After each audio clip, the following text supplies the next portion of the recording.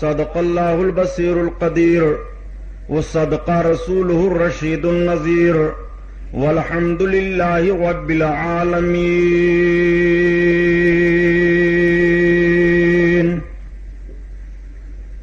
لائق صد احترام علماء اہل سنت، قابل قدر سامعین حضرات، آئیے ہم اور آپ سب سے پہلے اپنے اور ساری کائنات کے مرکز عقیدت حضور رحمت للعالمین شفیع المذنبین رسول گرامی وقار محبوب پروردگار دونوں عالم کے مالک و مختار حضور محمد الرسول اللہ صلی اللہ تعالی علیہ وسلم کے دربار پرانوار میں درود شریف کا نذرانہ پیش فرمائیں۔ پڑھیے بلند آواز سے، اللہم صلی علی سیدنا مولانا محمد معدن الجود والکرم وعلی آلہ وبارک وسلم صلاۃ و سلام علیک یا رسول اللہ صلی اللہ تعالی علیہ وسلم۔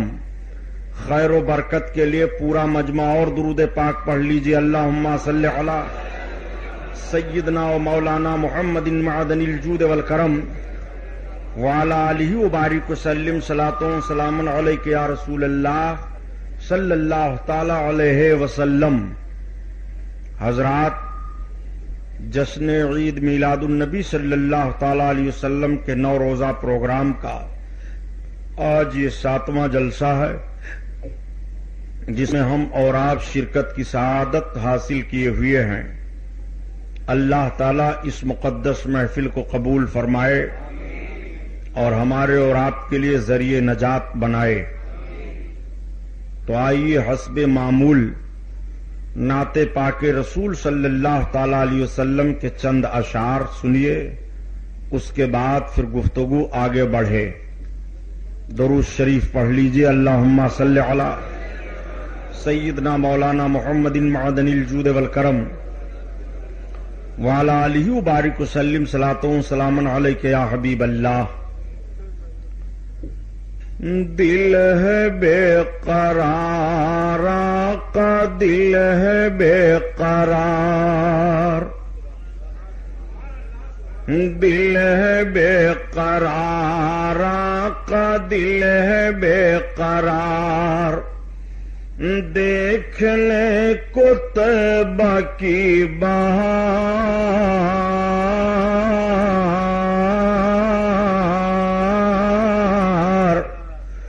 دل ہے بے قرار آقا، دل ہے بے قرار، زر نہیں کہ چل سکوں میں، پر نہیں کہ اڑ سکوں، زر نہیں کہ چل سکوں میں، پر نہیں کہ اڑ سکوں، اور زور ہے نہ تاب ہے کہ اپنے در سے ٹل سکوں، زور ہے نہ تاب ہے کہ اپنے در سے ٹل سکوں، یا رسول اللہ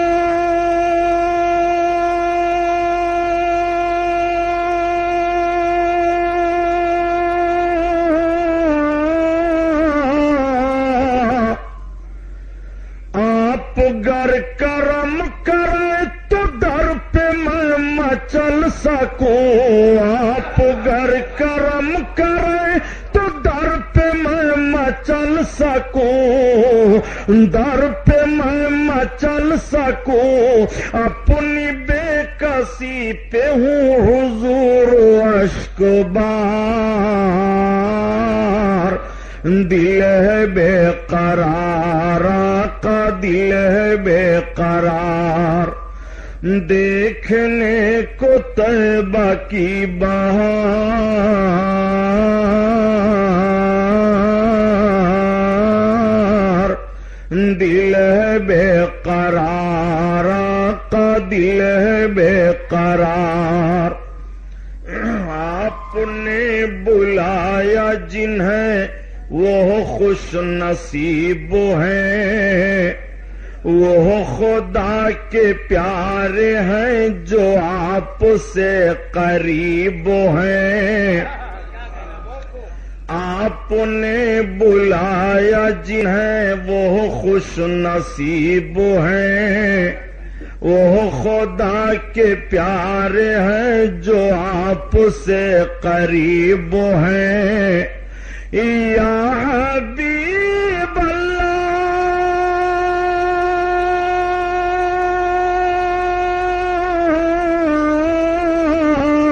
ایک نظر ادھر بھی ہو کہ ہم بہت غریب ہیں، ایک نظر ادھر بھی ہو کہ ہم بہت غریب ہیں، ہم بہت غریب ہیں، کب گھڑی وہ آئے گی، کب گھڑی وہ آئے گی ہے جس کا انتظار، دل ہے بے قرار، آقا دل ہے بے قرار، دیکھنے کو طیبہ کی بہار،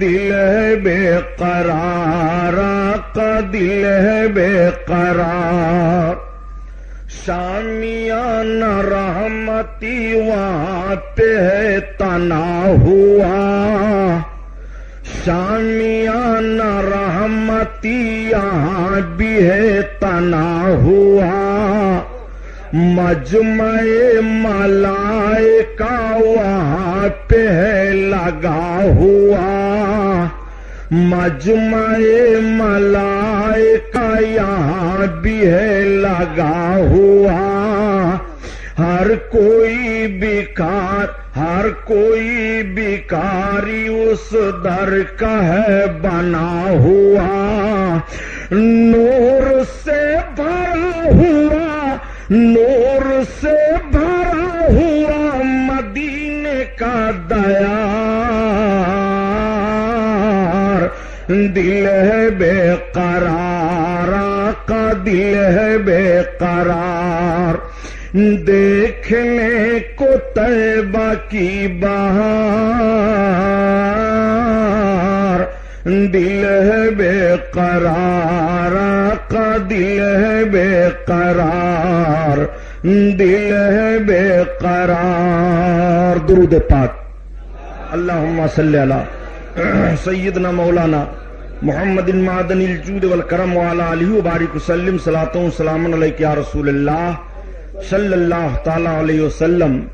آخر اسلام تیرے چاہنے والے نہ رہے، آخر اسلام تیرے چاہنے والے نہ رہے، جن کا تو چاند تھا افسوس وہ حالے نہ رہے، قدرتیں آزاد ہوں اور فطرتیں پھر ساتھ ہوں، فطرتیں آزاد ہوں اور قدرتیں پھر ساتھ ہوں، بات بس اتنی سی ہے کہ مسلم بن جائے کوئی، صورت میں نصارہ تو تمدن میں ہنود، یہ مسلمان ہیں جنہیں دیکھ کے شرمائیں یہود، یوں تو سید بھی ہو مرزا بھی ہو افغان بھی ہو، تم سبھی کچھ ہو بتاؤ مسلمان بھی ہو، کی محمد سے وفا تو نے تو ہم تیرے ہیں، یہ جہاں چیز ہے کیا لوح و قلم تیرے ہیں۔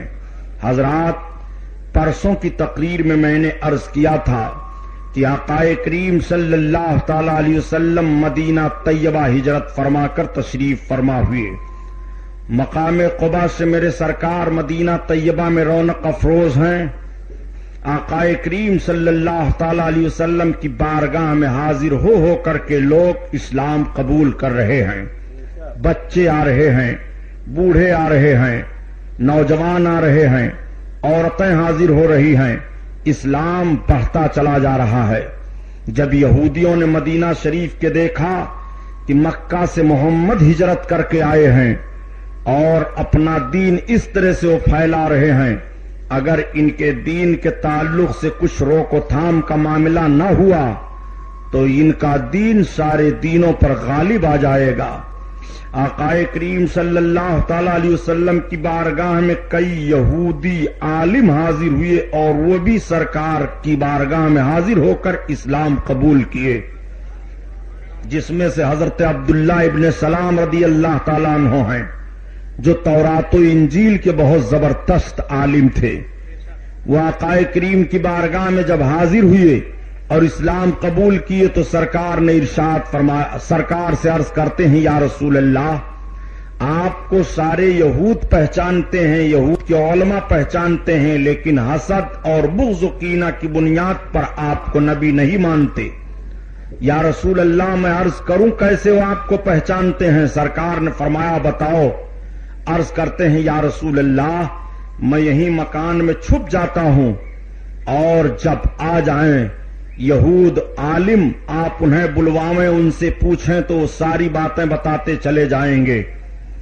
آئے آقا کریم صلی اللہ علیہ وسلم نے بلوایا، چند یہودیوں کے عالم سرکار کی بارگاہ میں آئے۔ آقا کی طرف سے سوال ہوا کہ بتاؤ نبی آخر الزماں کی علامتیں کیا کیا ہیں؟ تو ان لوگوں نے بتانا شروع کیا۔ آقا کریم ارشاد فرماتے ہیں اچھا یہ بتاؤ عبداللہ بن سلام تم میں کیسے عالم ہیں؟ ان لوگوں نے کہا کہ ہم میں وہ سب سے بڑے عالم ہیں۔ کہا وہ نبی آخر الزماں کی علامتیں جانتے ہیں کہ نہیں، ان کو پہچانتے ہیں کہ نہیں؟ کہا محمد عبداللہ بن سلام اگر اسلام لے آئیں تو پھر یہودیوں کو بتانے کی ضرورت نہیں پڑے گی، وہ تو اتنے زبردست عالم ہیں کہ ساری نشانیاں ان کو معلوم ہیں کہ نبی آخر الزماں میں کتنی نشانیاں ہوں گی۔ آقا کریم صلی اللہ تعالی علیہ وسلم سے وہ گفتگو کر ہی رہے تھے کہ تب تک مکان کے اندر سے حضرت عبداللہ بن سلام باہر آ گئے۔ انہوں نے عرض کیا اے علماء یہود میں نے نبی کا کلمہ پڑھ لیا ہے، یہ نبی آخر الزماں ہیں۔ سرکار دو عالم صلی اللہ تعالی علیہ وسلم کے سامنے سے وہ بغض و کینہ کی بنیاد پر اٹھ کر کے چلے گئے۔ مدینہ شریف کے وہی یہودیوں کو بڑی سازش کرنی پڑی اور بہت تشویش ہو گئی کہ مذہب اسلام بڑھتا چلا جا رہا ہے، مذہب اسلام پھیلتا چلا جا رہا ہے۔ مذہب اسلام کے ماننے والے جو بھی محمد کے قریب آتے ہیں وہ اس طرح دین میں مضبوط ہو جاتے ہیں کہ کتنی بھی مصیبتیں ان کے اوپر ڈالی جائیں، کتنی بھی دقتیں ان کے اوپر ڈالی جائیں، لیکن وہ مصیبتوں اور دقتوں کی بنیاد پر اسلام کا کلمہ نہیں چھوڑ رہے ہیں۔ آقا کریم صلی اللہ تعالی علیہ وسلم تشریف فرما ہیں، ایک غول آتا ہے اسلام قبول کرنے کے لیے، اسلام قبول کیا چلا گیا۔ سرکار دو عالم صلی اللہ تعالی علیہ وسلم نے صحابہ کی ایک میٹنگ بلائی، اور میٹنگ بلانے کے بعد آقا کریم فرماتے ہیں کہ گرد و نواح کی جتنی سلطنتیں ہیں، جتنی حکومتیں ہیں، ان سب کے نام خط روانہ کیا جائے اور ان کو اسلام کا کلمہ پہنچایا جائے۔ صحابہ نے عرض کیا یا رسول اللہ ہم اس پر راضی ہیں۔ آقا کریم صلی اللہ تعالی علیہ وسلم نے 14 سلاطینوں کے نام خط لکھوا کر کے روانہ فرمائے۔ میرے سرکار کا خط جہاں جہاں پہنچا اس میں سے کچھ تو ایسے تھے کہ جنہوں نے کہا ہم بعد میں سوچیں گے، اور کچھ ایسے تھے جو اسلام قبول کیے، لیکن کچھ ایسے ظالم و جابر تھے جنہوں نے سرکار کے خط کی قدر نہیں کی اور پھاڑ کر کے پھینک دیا۔ انہی میں سے ہرقل اعظم بھی تھا۔ سرکار دو عالم صلی اللہ علیہ وسلم نے فرمایا اس نے میرے خط کو پھاڑا ہے، میں نے اس کے پورے ملک کو پھاڑ دیا۔ آقا کریم صلی اللہ تعالی علیہ وسلم کے بتانے کے مطابق چنانچہ اللہ کے حبیب کے شہدائیوں نے چند ہی دن کے بعد میں ایران کو فتح کیا تھا، عراق کو فتح کر لیا تھا، اور اپنے گھوڑوں کے پاؤں تلے ان زمینوں کو روند ڈالا تھا اور یہ بتا دیا تھا کہ محمد سے وفات تو نے تو ہم تیرے ہیں، یہ جہاں چیز ہے کیا لوح و قلم تیرے ہیں۔ آقا کریم صلی اللہ تعالی علیہ وسلم مدینہ طیبہ میں تشریف فرما ہیں۔ سرکار دو عالم صلی اللہ علیہ وسلم کی بارگاہ میں یہ کے بعد دیگرے تو لوگوں کی حاضری ہوتی ہی رہتی ہے، تمام قبیلوں کے لوگ حاضر ہوتے ہیں، تمام افراد وفد کی صورت میں حاضر ہوتے ہیں، اسلام قبول کرتے ہیں۔ آقا کریم صلی اللہ تعالی علیہ وسلم کی بارگاہ میں کیسے کیسے لوگ حاضر ہو کر کے اسلام قبول کر رہے ہیں۔ ایک صاحب حاضر ہوئے، انہوں نے عرض کیا محمد آپ نبی ہو؟ آپ نے فرمایا ہاں۔ کہا نبی ہو تو یہ بتاؤ کہ آپ کے نبی ہونے کی نشانی کیا ہے؟ سرکار فرماتے ہیں تو کون سی نشانی دیکھنا چاہتا ہے؟ اس نے کہا وہ جو پیڑ ہے میں دیکھنا چاہتا ہوں کہ اس پیڑ کو آپ بلائیں تو آپ کی بارگاہ میں آ جائے۔ آقا نے فرمایا جا اس پیڑ سے کہہ دے کہ تجھ کو نبی نے بلایا ہے۔ ان کا بیان یہ ہے کہ میں آیا اس درخت کے قریب اور میں نے درخت سے کہا کہ تجھ کو نبی نے بلایا ہے۔ درخت کی کیفیت یہ ہوئی کہ درخت جھکا بائیں اور دائیں، اور پھر اس کے بعد درخت خود سے اکھڑ گیا اور سرکار کی بارگاہ میں چل کر کے حاضر ہوا۔ اس معجزہ کو دیکھ کر کے وہ اسلام کا کلمہ پڑھ کر کے اسلام میں داخل ہو گئے۔ نبی کونین صلی اللہ تعالی علیہ وسلم کو کہاں کہاں دیکھنا چاہتے ہو؟ اگر کسی نے معجزات کو طلب کیے اور معجزے کی بنیاد پر اپنے اسلام لانے کو رکھا تو آقا کریم صلی اللہ تعالی علیہ وسلم نے ان کے لیے معجزہ ظاہر فرمایا۔ میرے سرکار سراپا معجزہ ہیں، اسی لیے کہا گیا کہ ید بیضا حسن یوسف دم عیسیٰ ید بیضا داری آنچ خوبا ہما دارند تو تنہا داری۔ یا رسول اللہ، جو جو نبی ایک ایک وصف اپنے اندر رکھ رہے ہیں ان سارے نبیوں کے اوصاف کو تنہا آپ اپنے اندر رکھ رہے ہیں۔ یا رسول اللہ، آپ قدم پاک سے لے کر کے سر پاک تک معجزہ ہی معجزہ ہیں۔ اسی لیے اعلی حضرت عظیم البرکت فرماتے ہیں کہ سر تابا قدم ہے تانے سلطان زمن پھول لب پھول دہن پھول زقن پھول بدن پھول اور تن کا بھی ہمارے ہلائے نہیں ہلتا، تم چاہو تو ہو جائے ابھی کوہ مہن پھول، تم چاہو تو ہو جائے ابھی۔ ام المومنین حضرت عائشہ صدیقہ رضی اللہ تعالی عنہا بیٹھی ہیں۔ آج کئی روز کا عرصہ گزر گیا، سرکار دو عالم صلی اللہ تعالی علیہ وسلم کے گھر میں چولہے میں آگ نہیں جلی ہے۔ امہات المومنین پریشان ہیں۔ آقا کریم صلی اللہ علیہ وسلم نے ارشاد فرمایا، عائشہ عرض کرتی ہیں ہاں یا رسول اللہ۔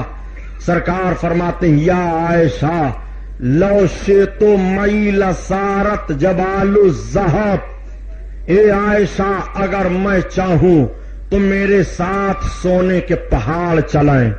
اللہ اکبر! سرکار کے فرمان پر غور فرمائیے۔ مدینہ طیبہ میں بیٹھ کر کے میرے آقا ارشاد فرماتے ہیں عائشہ اگر میں چاہوں تو میرے ساتھ سونے کے پہاڑ چلائیں۔ اس کا مطلب سرکار دیکھ رہے ہیں کہ مدینہ میں سونے کے پہاڑ ہیں۔ آج بھی جغرافیائی طور سے اندازہ لگاؤ کہ سرکار نے اس حدیث پاک کو جہاں بیٹھ کر کے ارشاد فرمایا تھا اس سے دکن سمت میں مدینہ شریف کے قریب میں ایک سونے کا پہاڑ ظاہر ہوا ہے، جس کو آج بھی وہاں کی حکومت ابھی چھپائے ہوئی ہے۔ جب ضرورت پڑے گی تب وہاں سے سونا نکالا جائے گا۔ اس کا مطلب یہ ہے کہ میرے آقا صلی اللہ تعالی علیہ وسلم دیکھ رہے ہیں کہ مدینہ میں کہاں کہاں سونے کے پہاڑ ہیں۔ آقا فرماتے ہیں عائشہ اگر میں چاہوں تو میرے ساتھ سونے کے پہاڑ چلیں، لیکن مجھے فقر کی زندگی پسند ہے، مجھے مسکین کی زندگی پسند ہے۔ اے عائشہ میں اسی زندگی کو پسند کرتا ہوں۔ آقا کریم صلی اللہ تعالی علیہ وسلم نے اپنی زندگی کے ہر موڑ کو تعلیم امت کے لیے رکھا ہے تاکہ امتیوں کو تعلیم مل جائے اور امتی کامیاب ہو جائیں، امتیوں کو زندگی گزارنے کے لیے کوئی دقت اور کوئی پریشانی نہ ہو۔ آقا کریم صلی اللہ تعالی علیہ وسلم کی زندگی تمام امت کے لیے نمونہ عمل ہے۔ آپ ذرا غور فرمائیے، آقا صلی اللہ تعالی علیہ وسلم مدینہ طیبہ میں جلوہ افروز ہیں، آنے والے آ کر کے اسلام کا کلمہ پڑھ رہے ہیں، دریافت کرنے والے دریافت بھی کرتے ہیں، پوچھنے والے پوچھتے ہیں۔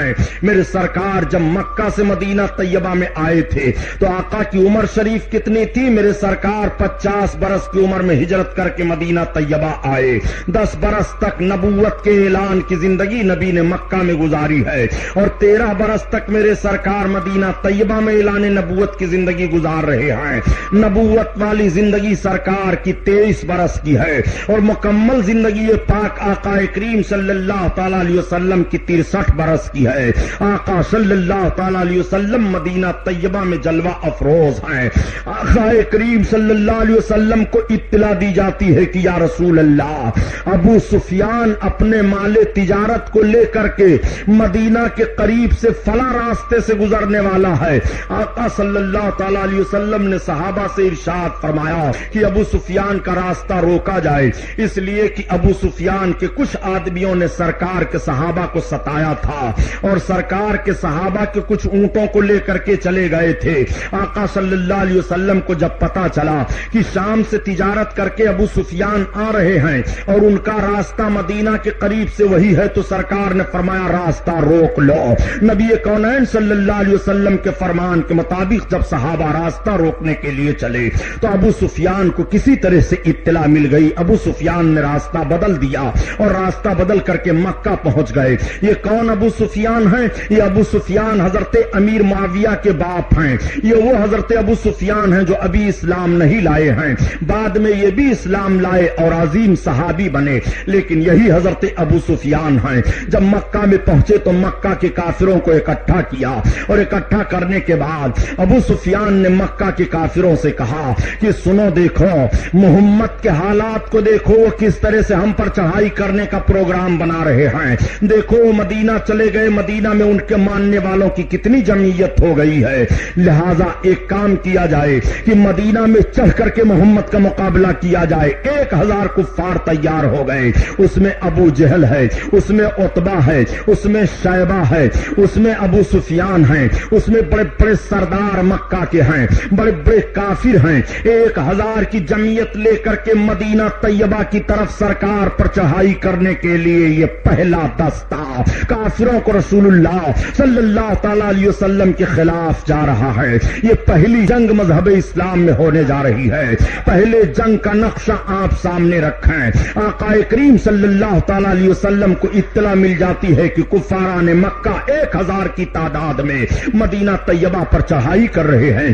آقا صلی اللہ تعالی علیہ وسلم نے اپنے جانثاروں کو اکٹھا کیا، اور جب جانثار اکٹھا ہو گئے تو سرکار نے ایک خفیہ ایجنسی متعین کی، یعنی چند صحابہ کو اس طرح سے متعین کیا جو کافروں کے نقل و حرکت کو وہ معلوم کرائیں اور آ کر کے بتاتے رہیں۔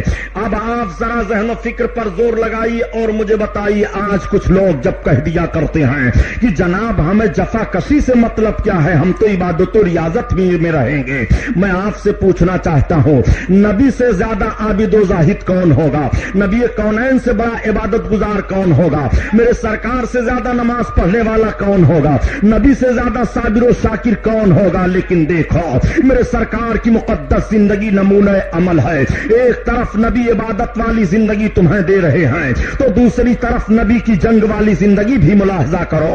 ایک طرف نبی کونین صلی اللہ علیہ وسلم کے صبر و شکر والی بھی زندگی مطالعہ کرو، اور دوسری جانب نبی کونین مقام بدر میں تلوار لے کر کے صحابہ کی جمعیت لے کر کے جا رہے ہیں۔ میں آج ان لوگوں کا ذہن و فکر چاہتا ہوں جو بڑی آسانی سے بیان کر دیا کرتے ہیں کہ نبی تو دشمنوں کو بھی دعائیں دیا کرتے تھے، نبی تو گالیاں سن کر کے بھی برداشت کر لیا کرتے تھے۔ حرام خور یہ نبی کی کس طرح کی سیرت بیان کر رہا ہے، تو نبی کی عظمت کا کھلواڑ کر رہا ہے۔ صحیح ہے، نبی نے دشمنوں کو دعائیں دی ہیں، نبی کونین نے اپنے دشمنوں کی گالیاں برداشت کی ہیں، مگر نبی کے دشمن 2 طرح کے تھے۔ ایک دشمن تو وہ تھے جو نبی کونین کے مشن کے دشمن تھے، اور ایک دشمن وہ تھے جو نبی کونین کے مشن کے اور نبی کی عظمت اور جان کے بھی دشمن تھے۔ جو نبی کے مشن کے دشمن تھے انہیں اسلام لانے کی توفیق ہو جاتی ہے، جیسے ابو سفیان وغیرہ کی جماعت ہے، یہ اسلام قبول کر لیتے ہیں، اور جو نبی کے مشن کے بھی دشمن ہیں اور نبی کی عظمت اور نبی کے جان کے بھی دشمن ہیں، وہ ابو لہب ابو جہل کی جماعت ہے جنہیں اسلام کی توفیق نہیں ملتی ہے۔ نبی کونین نے اس دشمنوں کو معاف کیا ہے جو نبی کی عظمت نہ جانتے ہوئے نبی کے مشن کی مخالفت کر رہے تھے، نبی نے ان کے جرموں کو معاف کیا ہے۔ اور جو نبی کی عظمت کو جانتے ہوئے بھی نبی کی شان میں گستاخیاں کرتے تھے، نبی کونین نے ان کو خانہ کعبہ کے اندر قتل کروایا ہے۔ تاریخ میں بتا رہا ہوں، نوٹ کرو۔ اگر حوالہ غلط ثابت ہو تو جو چور کی سزا وہ ہماری، نبی کی سیرت سننے بیٹھے ہو، آؤ دیکھو اپنے آقا صلی اللہ تعالی علیہ وسلم کی سیرت ملاحظہ کرو۔ نبی کونین نے خفیہ ایجنسی متعین فرمائی تھی۔ صحابیوں نے آ کر کے عرض کیا، یا رسول اللہ، 1000 کی جمعیت لے کر کے مقام بدر کے قریب پہنچنے والے ہیں کفاران مکہ۔ یہ بدر کا مقام کہاں ہے؟ مدینہ شریف سے 5 کلومیٹر کی دوری پر یا 15 کلومیٹر کی دوری پر یا 9 کلومیٹر کی دوری پر ہے، بہرحال مجھے صحیح نہیں معلوم ہے۔ مدینہ شریف کے قریب ہی مقام بدر ہے۔ وہاں پر پہاڑی کے دامن میں آ کر کے کفاران مکہ ٹھہر جاتے ہیں۔ آقا کریم صلی اللہ علیہ وسلم کو اطلاع ملی، میرے سرکار نے اپنے صحابہ کا اجتماع کیا، اکٹھا ہوئے صحابہ، مگر بہت ہی غربت و افلاس کے حال میں صحابہ ہیں۔ کسی کے پاس تلوار ہے، کسی کے پاس ڈھال ہے، کوئی ننگے پیر ہے، کسی کے پاس ایک ہی کپڑا ہے، کسی کو آج کھانے کے لیے ہے تو کوئی جا رہا ہے محنت و مشقت کرنے کے لیے۔ ایسی حالت میں 313 لوگ اکٹھا ہوئے۔ جو چھوٹے چھوٹے بچے تھے وہ بھی سرکار کی بارگاہ میں آ گئے، یا رسول اللہ ہمیں بھی اجازت دیجیے، ہم بھی میدان جنگ میں چلیں گے جنگ کرنے کے لیے کافروں سے۔ آقا کریم صلی اللہ علیہ وسلم نے ارشاد فرمایا، ان چھوٹے بچوں کو میدان جنگ میں جانے کی اجازت نہیں ہے۔ عورتیں نکل آئیں، یا رسول اللہ ہم میدان جنگ میں چلیں گی۔ آقا نے فرمایا نہیں، عورتوں پر جہاد نہیں ہے، عورتیں مکان میں اپنے رہیں، میدان جنگ میں انہیں جانے کی ضرورت نہیں ہے۔ آقا کریم صلی اللہ علیہ وسلم نے جب اپنے 313 مجاہدین کی جمعیت کو متعین فرمایا، حضرت عثمان غنی سامنے آئے۔ آقا نے ارشاد فرمایا، عثمان تم نہ جاؤ، اس لیے کہ سرکار کی شہزادی حضرت ام کلثوم، حضرت رقیہ حضرت عثمان غنی کے نکاح میں تھی اور بیمار تھی۔ سرکار نے ارشاد فرمایا، عثمان تم رقیہ کے تیمارداری میں رہو، تمہیں وہی ثواب ملے گا جو لوگوں کو میدان جنگ میں ملے گا۔ حضرت عثمان غنی کے علاوہ بڑے بڑے جتنے صحابہ تھے سب شریک ہوئے۔ اللہ کے حبیب صلی اللہ علیہ وسلم نے صف دیکھی، سرکار جائزہ لیتے چلے جا رہے ہیں۔ آقا کی نگاہ 2 بچوں پر پڑی، سرکار نے ارشاد فرمایا، بیٹا تم میدان جنگ میں نہ چلو۔ ایک بچہ اپنے انگوٹھے کے بل کھڑا ہو گیا، سرکار آگے بڑھے، تب تک اس نے عرض کیا جس کو سرکار نے فرمایا تھا بیٹا تم سب سے نکل جاؤ، تم نہ چلو میدان جنگ میں، اس نے عرض کیا، یا رسول اللہ یہ ہم سے کشتی لڑ جائیں، ان کو میں پٹخ دیتا ہوں۔ سرکار آپ ان کو تو نہیں سب سے نکال رہے ہیں، ان کو جنگ میں چلنے کی اجازت ہو رہی ہے، اور یا رسول اللہ ہم کو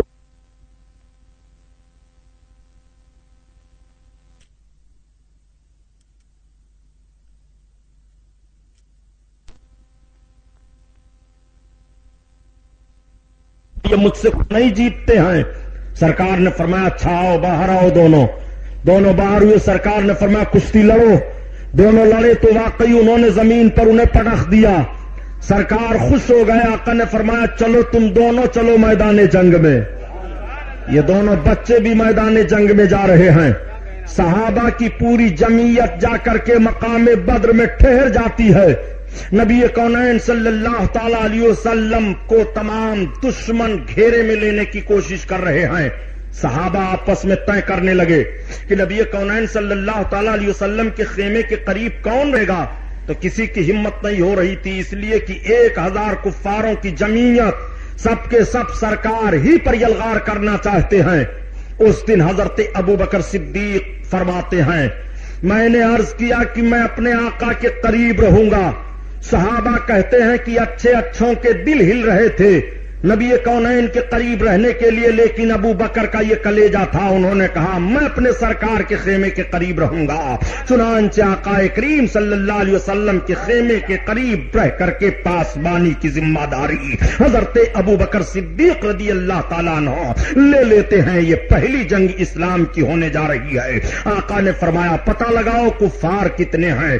آ کر کے لوگوں نے بتایا یا رسول اللہ آج شام کو ان کی فوج میں 3 اونٹ ذبح ہوئے ہیں۔ سرکار نے فرمایا وہ قریب 1000 کے ہیں۔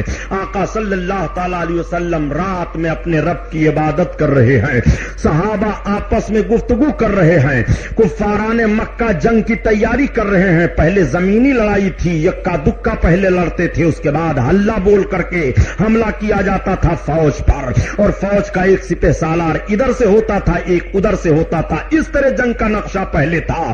آج کی طرح سے جنگ کا نقشہ نہیں تھا کہ بارود پھینکا جائے، راکٹ مار دیا جائے، میزائل مار دیا جائے، شب خون مار دیا جائے، بم مار دیا جائے، بندوق و پستول سے حملہ کر دیا جائے۔ اس میں کوئی بہادری نہیں ہے جنگ کرنے کے لیے، تو مزدلوں کی جنگ مانی گئی ہے۔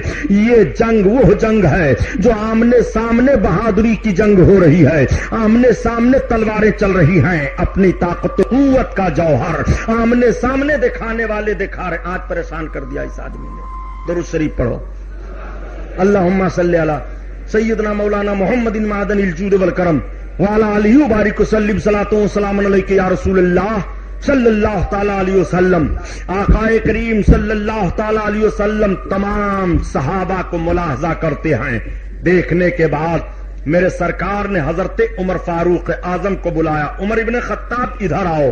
حضرت عمر ابن خطاب آگے بڑھے، سرکار نے فرمایا چلو میدان میں چلنا چاہتا ہوں۔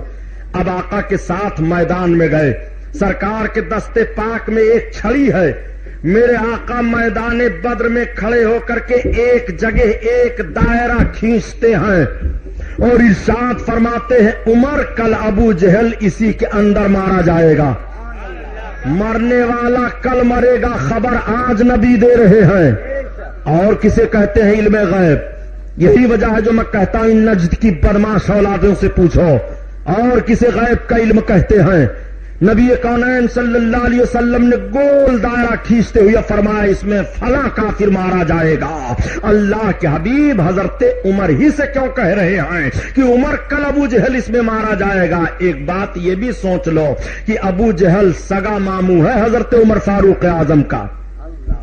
میرے سرکار ذہن و فکر دے رہے ہیں کہ دیکھو آج اسلام کی پہلی جنگ ہونے جا رہی ہے، اس میں خون کا رشتہ نہیں دیکھا جائے گا، اس میں نبی کی محبت کا رشتہ دیکھا جائے گا۔ میرے سرکار نے فرمایا یہاں مارا جائے گا ابو جہل۔ آقا کریم نے نشاندہی فرما دی، سویرا ہوا، جنگ کا نقارہ بجا، میدان بدر میں لوگ کھڑے ہو گئے۔ ایک کافر نکلا، اس نے کہا بھیجو ہمارے مقابلے میں علی ابن ابی طالب کو۔ ایک نکلا، اس نے کہا بھیجو ہمارے مقابلے میں حمزہ کو۔ شیبہ نکلا، اس نے کہا ہم حمزہ سے لڑیں گے۔ امیہ نکلا، اس نے کہا بھیجو ہمارے مقابلے میں۔ اس طرح کے بڑے بڑے سرداران مکہ جو کافر تھے نکل کر کے میدان میں آئے۔ ابو سفیان کی قیادت ہے، ابو جہل ورغلا رہا ہے۔ نبی کونین صلی اللہ تعالی علیہ وسلم کے صحابہ جانثاری پیش کرنے کے لیے حاضر ہیں۔ میں آپ سے پوچھنا چاہتا ہوں، آج تم سرکار کی ذات پر اعتراض کر کے اتنا سوچ لیتے ہو کہ نبی کو یہ نہیں معلوم تھا، نبی یہ نہیں کر سکتے، نبی وہ نہیں کر سکتے۔ اور صحابہ کا عقیدہ کیسا تھا؟ کیا صحابہ نے یہ سوچا تھا کہ یہ نبی طاقت والے ہی ہوتے تو ہمیں کافروں کے مقابلے میں لڑنے کی ضرورت کیا تھی؟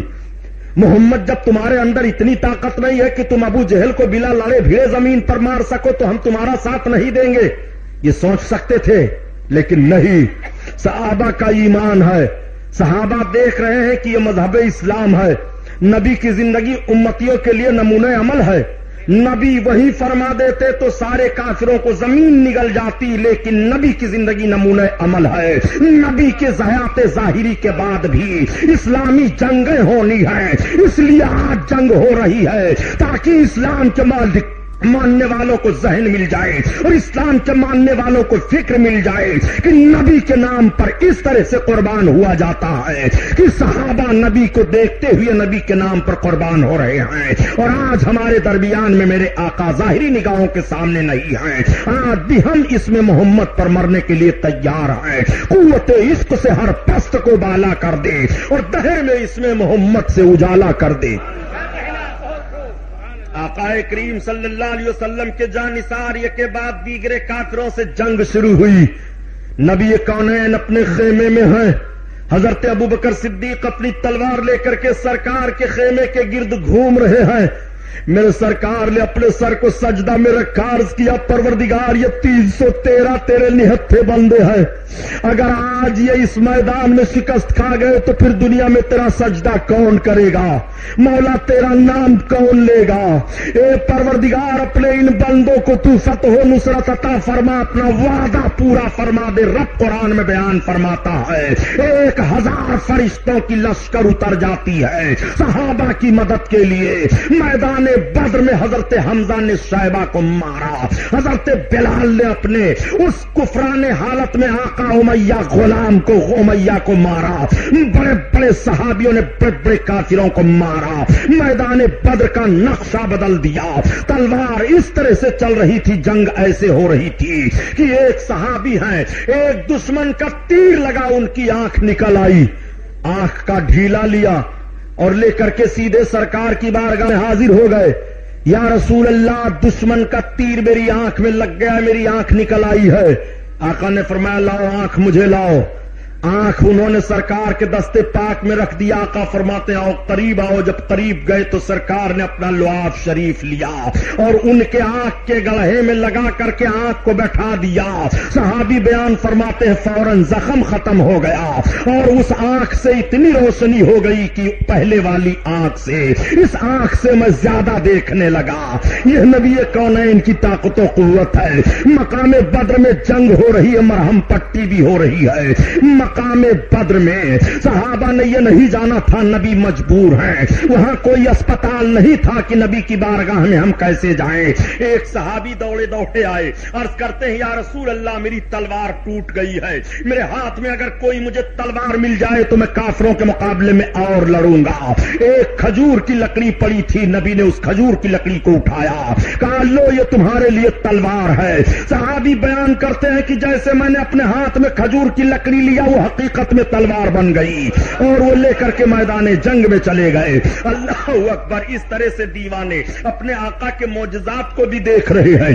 اسی لیے تو اعلی حضرت عظیم البرکت فرماتے ہیں تم اپنے نبی کو دیکھنا چاہتے ہو، تم اپنے نبی کو کس کس موڑ پر دیکھو گے، کہاں کہاں دیکھو گے؟ اپنے نبی کی عظمت تم جاننا چاہتے ہو، تمہارے نبی کی عظمت کا حال تو یہ ہے کہ تم نبی کو جان ہی نہیں سکتے نبی کی حقیقت کیا ہے اور نبی کونین صلی اللہ علیہ وسلم کا مقام و مرتبہ وقار کیا ہے۔ نبی کی بارگاہ میں ایک صحابی پھر حاضر آئے اور عرض کرتے ہیں یا رسول اللہ میرا پاؤں ٹوٹ گیا ہے۔ سرکار نے فرمایا آؤ قریب آؤ۔ جب قریب گئے تو سرکار نے اپنا لعاب شریف لیا، تھوک مبارک، اور ان کے پاؤں کی ہڈی جوڑ کر کے مبارک تھوک کو لگا دیا، پاؤں ٹھیک ہو گیا۔ وہ میدان میں بھاگے دوڑے چلے جا رہے ہیں۔ اللہ اکبر، آپ ذرا دیکھو، اسی لیے تو اعلی حضرت عظیم البرکت فرماتے ہیں کہ شافی و عافی ہو تم، کافی و نافی ہو تم،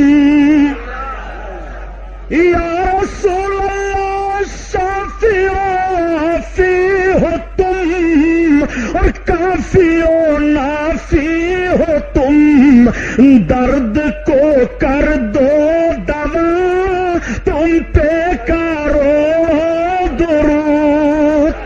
اللہ اللہ، آقا کریم صلی اللہ تعالی علیہ وسلم کو دیکھو، سرکار دو عالم صلی اللہ علیہ وسلم کے جانثار میدان بدر میں لڑ رہے ہیں۔ یہ پہلی لڑائی ہو رہی ہے، یہ پہلی جنگ ہو رہی ہے، یہ پہلا خون بہ رہا ہے، یہ پہلی تلوار مذہب اسلام کے نام پر چل رہی ہے۔ آج جب کچھ لوگ کہتے ہیں اسلام تلوار کے زور سے پھیلا، میں عرض کرتا ہوں نہیں، جملہ بدلو، اسلام تلوار کے زور سے نہیں پھیلا ہے، اسلام اپنے حسن کی بنیاد پر پھیلا ہے، اسلام اپنے کارکردگی کی بنیاد پر پھیلا ہے، اسلام اپنی حقانیت کی بنیاد پر پھیلا ہے، اسلام اپنی سچائیت کی بنیاد پر پھیلا ہے۔ آؤ دیکھو، نبی کونین صلی اللہ تعالی علیہ وسلم کے ایک صحابی حضرت عبد الرحمن ابن عوف ہیں، وہ بیان کرتے ہیں کہ وہی دونوں بچے جس کو سرکار نے میدان میں چلنے کی اجازت دی تھی، وہ میرے سامنے دوڑے دوڑے آئے اور پوچھنے لگے، یہ چچا یہ تو بتاؤ ابو جہل کہاں ہے؟ میں نے کہا وہ دیکھو ابو جہل دکھائی دے رہا ہے۔ حضرت عبد الرحمن کہتے ہیں وہ دونوں بچے ابو جہل کی طرف جھپٹ پڑے اور اتنی تیزی سے ابو جہل کی طرف گئے کہ ابو جہل سنبھل نہ سکا اور بچوں نے تلوار سے حملہ کر دیا۔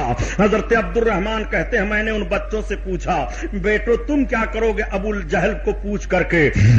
وہ تو فوج کی سرداری کر رہا ہے۔ تو ان بچوں نے جواب دیا، اس کو شاعر نے اپنے اشعار میں اس طرح سے بتایا ہے کہ قسم کھائی ہے مر جائیں گے یا ماریں گے ناری کو، اور سنا ہے گالیاں دیتا ہے محبوب باری کو۔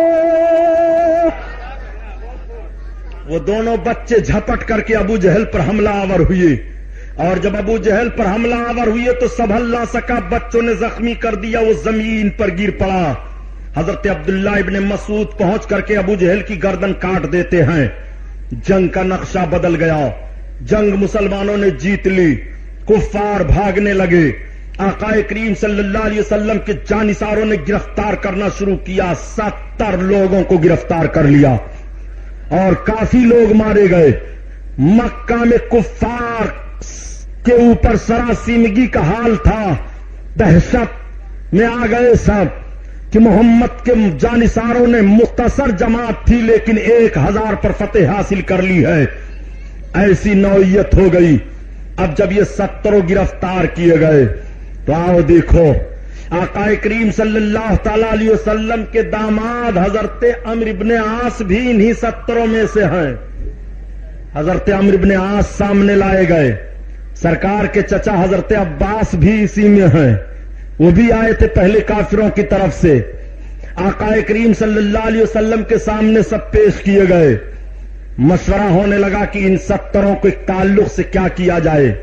کوئی کسی کا باپ لگ رہا ہے، کوئی کسی کا داماد لگ رہا ہے، کوئی کسی کا بھائی لگ رہا ہے، کوئی کسی کا ماموں لگ رہا ہے، کوئی کسی کا عزیز ہے۔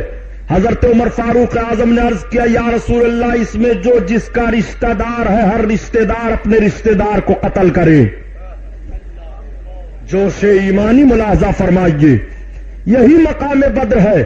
مقام بدر میں ایک صحابی کا اور واقعہ سنو۔ جب جنگ ہو رہی تھی تو حضرت عبیدہ بن جراح رضی اللہ تعالیٰ عنہ ہیں۔ حضرت عبیدہ بن جراح ان 10 صحابیوں میں سے ہیں جن کو ان کی زندگی میں سرکار نے جنت کی بشارت دے دی ہے، جن کو عشرہ مبشرہ کہا جاتا ہے۔ حضرت عبیدہ بن جراح میدان جنگ میں سرکار کی طرف سے ہیں اور ان کے باپ عبداللہ کافروں کی طرف سے ہیں۔ میدان جنگ میں حضرت عبیدہ کی تلوار کی چھاؤں میں عبداللہ آ گئے، حضرت عبیدہ نے قتل کر دیا اپنے باپ کو، اور جب اپنے باپ کو قتل کیا لوگوں نے دیکھا تو کہا عبیدہ تیرا باپ عبداللہ۔ تو حضرت عبیدہ بن جراح کہتے ہیں لا بھی عبداللہ انا عبیدہ بن الجراح، میرا باپ عبداللہ نہیں ہے، میں جراح کا بیٹا ہوں۔ انہوں نے اپنی نسبت اپنے دادا کی طرف کر دی ہے۔ ایمان والے کو اتنا بھی گوارا نہیں ہے کہ اپنی نسبت وہ اپنے کافر باپ کی طرف کریں۔ یہ محبت کا رشتہ ہے، یہ ایمان کا رشتہ ہے۔ میدان جنگ میں اپنی تلوار سے اپنے باپ کو مارا۔ حضرت عبیدہ رضی اللہ تعالیٰ عنہ وہ ہیں جن کو امین الامت کہا گیا ہے۔ اور سنو، آقا کریم صلی اللہ تعالی علیہ وسلم نے فرمایا ابو بکر کیا مشورہ ہے؟ حضرت ابو بکر عرض کرتے ہیں یا رسول اللہ فدیہ لے لے کر کے ان سب کو چھوڑ دیا جائے۔ چنانچہ یہی مشورہ طے ہوا کہ فدیہ لیا جائے۔ حضرت عباس کو سرکار نے بلایا، کہا آپ فدیہ دے سکتے ہیں؟ انہوں نے کہا میرے بھتیجے محمد میرے پاس کچھ نہیں ہے۔ سرکار نے فرمایا کچھ نہیں ہے؟ کہا نہ۔ سرکار فرماتے ہیں کیوں آپ ہیلا کر رہے ہیں؟ جب آپ اپنے گھر سے چلنے لگے تھے تو آپ نے ام الفضل یعنی چچی کو بلایا تھا اور آپ نے 1000 درہم دیا تھا اور کہا تھا کہ یہ تم چھپا کر کے رکھ لو، میرے تیرے علاوہ کوئی نہیں جانتا، اگر میں میدان جنگ میں مارا گیا تو تمہارے خرچہ کے لیے ہے، اور اگر میں بچ کر کے آیا تو کوئی بات نہیں، بتاؤ صحیح ہے کہ نہیں؟ حضرت عباس کہتے ہیں سرکار کے چچا کی واقعی اس وقت کوئی نہیں تھا، میں نے جان لیا کہ محمد نبی ہیں۔ اور کیسا علم غیب چاہیے؟ نبی کونین صلی اللہ تعالی علیہ وسلم نے حضرت عمرو بن عاص سے فرمایا تمہارا فدیہ کیا ہے؟ سرکار نے حضرت زینب اپنی بیٹی کو جو ہار دیا تھا نکاح کے وقت، سرکار کی بیٹی وہی ہار اپنا بھیجوا دیتی ہیں، آقا کریم جب دیکھتے ہیں تو آنکھوں میں آنسو آ گئے۔ آقا فرماتے عمرو بن عاص کیوں نوشتے تقدیر سے لڑ رہے ہو؟ حضرت عمرو بن عاص کو چھوڑ دیا گیا، بعد میں یہ اسلام لائے، حضرت عباس اسلام قبول کیے، جو کفار بھاگ گئے تھے اس میں سے بھی اکثر و بیشتر سب اسلام لائے، مگر کچھ ایسے بھی گرفتار ہوئے تھے جو پڑھے لکھے تھے، ان کے پاس کچھ تھا نہیں۔ نبی کونین نے ارشاد فرمایا کہ جو پڑھے لکھے لوگ ہیں وہ جو مسلمان پڑھے نہیں ہیں ان کو پڑھنا سکھا دے، مسلمانوں کے بچوں کو لکھنا سکھا دے، ان کا فدیہ یہی ہے۔ یہیں سے سمجھو کہ تعلیم پر کتنا زور نبی نے دیا ہے کہ مقام بدر میں جب کفار گرفتار کیے گئے تھے تو سرکار نے اس میں سے جو پڑھے لکھے تھے ان کا فدیہ یہی رکھا تھا کہ تم مسلمان بچوں کو پڑھا دو، ان مسلمانوں کو پڑھنا لکھنا سکھا دو جو نہیں جانتے ہیں، تمہارے لیے یہی فدیہ ہے۔ آقا کریم صلی اللہ تعالی علیہ وسلم نے اس طرح سے ادا فرمایا۔ کفاروں کو بڑی تشویش تھی کہ محمد کامیاب ہو گئے۔ مدینہ طیبہ میں ایک عجیب ہلچل ہے، یہودیوں کو بڑی دقتوں کا سامنا کرنا پڑا۔ آئے دن میرے سرکار کے معجزات کو دیکھتے رہتے تھے اور دیکھ کر کے دیکھتے تھے کہ اسلام پھیل رہا ہے، اسلام بڑھتا چلا جا رہا ہے۔ دوسری جنگ کی تیاری ہونے لگی۔ آج جب لوگ کہہ دیا کرتے ہیں مذہب اسلام تلوار کے زور سے پھیلا ہے، میں کہتا ہوں جتنے بڑے بڑے کفار تھے ان سب کی تاریخ پڑھ ڈالو، کسی کے اوپر تلوار کا زور نہیں ہوا ہے۔ وہ اپنے تلوار کی آزمائش کر چکے ہیں، جب ان کی تلواریں مڑ گئی ہیں، جب ان کے طاقت جواب دے چکے ہیں، وہ بارگاہ رسالت میں حاضر ہو کر کے اسلام قبول کر لیے ہیں۔ اسلام تلوار کے زور سے نہیں پھیلا ہے، اسلام کے پھیلنے کا حال یہ ہے کہ اسی ہندوستان میں جب سرکار خواجہ غریب نواز آئے، اجمیر شریف سے دلی آئے تو 35,000 لوگوں کو کلمہ پڑھا دیا تھا، اور دلی سے جب اجمیر جا رہے ہیں تو 35,000 کو کلمہ پڑھا دیا تھا۔ ایک سفر میں غریب نواز نے 70,000 کو کلمہ پڑھا کر کے اسلام میں داخل فرمایا تھا۔ یہ کہاں کی تلوار ہے جو کلمہ پڑھنے پر مجبور کر رہی ہے؟ یہ کون سی تلوار ہے جس نے کلمہ پڑھایا ہے؟ یہی وجہ ہے کہ کہنا پڑ رہا ہے کہ اسلام نے خون کا احترام کیا ہے، اسلام نے بیجا طور پر کسی کا خون نہیں بہایا ہے، اسلام نے تو اتنا احترام کیا ہے، اتنا احترام کیا ہے کہ نبی کونین فرماتے ہیں مجھے یہ گوارا ہے کہ آسمان گر جائے اور زمین دھس جائے، مگر مجھے یہ گوارا نہیں ہے کہ کسی انسان کا خون زمین پر بہے۔ پھر یہ تلواریں کیوں چلی ہیں؟ پھر یہ جنگیں کیوں ہوئی ہیں؟ پھر یہ نقشہ کیوں مرتب کیا گیا؟ پھر ان سب کو کیوں کاٹا گیا؟ آپ ذرا فطری طور پر سوچ لیجئے۔ آپ ایک دشمن کو ہر سائڈ سے سمجھانا چاہتے ہیں، آپ رحم و کرم کی چھاؤں میں اس کو لا کر کے رحمت کی برسات میں اس کو نہلانا چاہتے ہیں، لیکن وہ ہے کہ اکڑا ہوا ہے، کسی صورت پر ماننے کے لیے تیار نہیں ہے۔ آپ کو لامحالہ اپنا وہ کارنامہ بدل کر کے وہ کارنامہ اختیار کرنا پڑے گا جس چیز کو اس کی فطرت چاہ رہی ہے، یعنی اس پر سختی کرنی پڑے گی۔ مذہب اسلام کی جتنی جنگیں ہوئی ہیں، مذہب اسلام میں جس طرح سے بھی لڑائیاں ہوئی ہیں، وہ مذہب اسلام کے مفاد کے لیے تھی، اپنے مفاد کے لیے قطعی جنگیں نہیں تھیں۔ کفار ہار کر کے گئے، بڑی تشویش ان کو ہو گئی، بڑا تعجب ان کو ہوا، وہ فل تیاری کرنے لگے، مکمل تیاری کرنے لگے کہ اب کی ہم تیاری کر کے ہر حالت میں مدینہ طیبہ پر چڑھائی کریں گے اور مقام بدر کا بدلہ ہم لے کر کے رہیں گے۔ چنانچہ یہ سب کے سب تیار ہو گئے 3000 کی جمعیت لے کر کے. پھر یہ دوسری جنگ ہونے جا رہی ہے. آقا کریم صلی اللہ تعالی علیہ وسلم کو اطلاع دی جاتی ہے یا رسول اللہ مدینہ شریف پر چڑھائی کفاران مکہ کر رہے ہیں. یا رسول اللہ بڑی بھیانک جنگ کی نوعیت سامنے آنے والی ہے. نبی کونین نے اپنے چاہنے والوں کا جائزہ لیا. آقا کریم صلی اللہ تعالی علیہ وسلم نے جائزہ لیا. 1000 کی جمعیت تیار ہو گئی. ایک طرف 3000 ہیں, ادھر 1000 کی جمعیت ہے. سرکار نے خفیہ ایجنسی کو بھیجا کہ پتہ لگاؤ وہ کہاں آ کر کے ٹھہرے ہیں. پتہ چلا کہ بالکل مدینہ شریف کے قریب آ گئے ہیں مقام احد میں.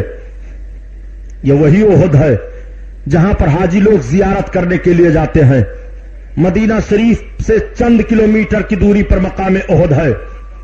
آقا کریم صلی اللہ تعالی علیہ وسلم اپنے جانثاروں کو اکٹھا کرتے اور اکٹھا کر کے لے کر کے نکلے. سرکار تھوڑی دور چلے تھے کہ تب تک ایک منافق عبداللہ ابن ابی سامنے آیا. اس نے کہا محمد آپ اپنے بعد نبوت کی جانشینی ہمیں دیجئے تو میں آپ کا ساتھ دوں گا. نبی کونین صلی اللہ علیہ وسلم نے فرمایا یہ تو کیا کر رہا ہے؟ اس نے کہا اگر آپ یہ اقرار نہیں کرتے ہیں تو میں آپ کا ساتھ نہیں دوں گا. سرکار نے فرمایا مجھے تیرے ساتھ کی کوئی ضرورت نہیں ہے. وہ مردود اپنے حوالیوں موالیوں کو لے کر کے اس میں سے نکل گیا. جتنے منافقین تھے, جتنے اس طرح جنگ سے بھاگنے والے تھے, وہ سب کے سب نکل گئے. مختصر جماعت میرے آقا صلی اللہ علیہ وسلم کے جانثاروں کی بچتی ہے. تعداد 700 کی بتائی جا رہی ہے. 1700 لوگ چل رہے تھے. 1000 کی جمعیت کا معاملہ تھا. لیکن میرے آقا صلی اللہ علیہ وسلم اب صرف 700 کو لے کر کے آگے بڑھ رہے ہیں. مقام احد میں سرکار بھی پہنچی. سرکار دو عالم صلی اللہ تعالی علیہ وسلم نے احد پہاڑی کے درمیان اپنے خیموں کو لگوانا شروع کیا. میرے آقا نے پہاڑیوں کا جائزہ لیا. جن حاجیوں نے احد کو دیکھا ہے تو احد کے میدان میں ایک چھوٹا سا پہاڑ ہے جو تھوڑا سا اونچا دکھائی دے رہا ہے. اس کے پورب سائٹ میں کفاران نے اپنے خیموں کو لگانا شروع کیا. اور جس طرف سے پہاڑی کا درہ پایا جاتا ہے نبی کونین نے ادھر اپنے جانثاروں کے خیموں کو لگوانا شروع کیا. سرکار نے پہاڑی کا جائزہ لیا. جائزہ لینے کے بعد آقا ارشاد فرماتے ہیں دیکھو یہ درہ ہے پہاڑی کا, 50 تیر انداز یہاں فٹ ہو جاؤ. تمام مجاہدین کو شکست ہو یا فتح ہو تم لوگ جب تک میں نہ کہوں گا اپنی جگہ سے ہٹنا نہیں. صحابہ کی 50 نفری جماعت کو آقا نے متعین فرما دیا. سارے لوگ تیر لے کر کے کھڑے ہو گئے. مقام احد میں جنگ کا معاملہ سامنے آیا. بڑی بھیانک جنگ ہوئی. ایسی بھیانک جنگ ہوئی جم کر کے مسلمانوں نے جنگ کی ہے. سرکار پر کفار مل کر کے تیر برسانے لگے تو حضرت سعد بن وقاص جن کا بیٹا عمرو ہے, جس مردود نے کربلا کے میدان میں سرکار کے نواسے امام حسین پر تیر چلایا تھا, اس کے باپ کا حال دیکھیے حضرت سعد بن وقاص کا. یہ بھی عشرے مبشرہ میں سے ہیں. یہ سرکار کے سامنے کھڑے ہو گئے اور کافروں کے تیر کو روکتے تھے اور بڑے تیر انداز تھے. یہ تیر مارتے تھے. آقا فرماتے تھے لو سعد اور تیر مارو, لو سعد اور تیر مارو, لو سعد اور تیر مارو. حضرت سعد تیر مارتے جاتے تھے. آقا فرماتے تھے اے سعد میرے ماں باپ تیرے اوپر قربان ہو تو کافروں پر تیر مارتا جا. حضرت سعد نے اتنا تیر چلایا کہ کافروں کو پیچھے ہٹا دیا. میدان جنگ کا نقشہ دیکھو. مقام احد میں مولا کائنات کی تلوار چل رہی تھی. اس دن حضرت مولا علی نے بہادری کے وہ جوہر دکھائے کہ جب حضرت مولا علی کی تلوار چلتی تھی تو غیب سے آواز آتی تھی لا فتح الا علی لا سیف الا ذوالفقار، شاہ مردہ شیر یزداں قوت پروردگار، لا فتح الا علی لا سیف الا ذوالفقار، علی جیسا کوئی جوان نہیں ہے، ذوالفقار جیسی کوئی تلوار نہیں ہے، علی شیر خدا ہے، علی رب کے شیر ہے، شاہ مردہ شیر یزداں قوت پروردگار، علی پروردگار کی قوت ہے۔ یہ میدان احد میں غیب سے آواز مولا کائنات کے لیے آ رہی تھی۔ وہ حضرت علی نے طاقت و قوت کے جوہر دکھائے تھے کہ کافروں کے چھکے چھوڑا دیے تھے۔ سرکار کے چچا حضرت حمزہ بڑی بہادری سے لڑے، مسلمانوں کو فتح ہو گئی، کفار بھاگنے لگے، اور جب کفار بھاگنے لگے تو یہ سب لوگ مال غنیمت سمیٹنے لگے۔ یہ تو مال غنیمت سمیٹ رہے تھے، اور جو 50 تیر انداز پہاڑی کے درے پر تھے، ان لوگوں نے دیکھا کہ اب تو فتح ہو ہی گئی، کفار سب بھاگ رہے ہیں، مال غنیمت سمیٹا جا رہا ہے، چلو ہم لوگ بھی مال غنیمت سمیٹنے میں ہو جائیں۔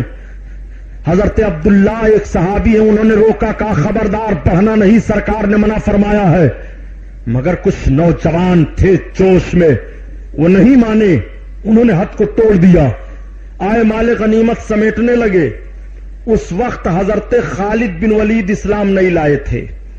حضرت خالد بن ولید 200 کافروں کا جتھا لے کر کے پہاڑی کے درے پر داؤں لگائے تھے۔ جیسے دیکھا کہ یہ سب کے سب مال غنیمت سمیٹنے میں لگے ہیں، پیچھے سے حضرت خالد بن ولید نے حملہ کر دیا۔ پیچھے سے اچانک حملہ ہونا تھا کہ جیتی ہوئی فوج شکست میں بدل گیا نقشہ۔ مسلمانوں میں افراتفری مچ گئی، وہ سنبھل نہ سکے، ایک دوسرا دوسرے پر گر رہا ہے۔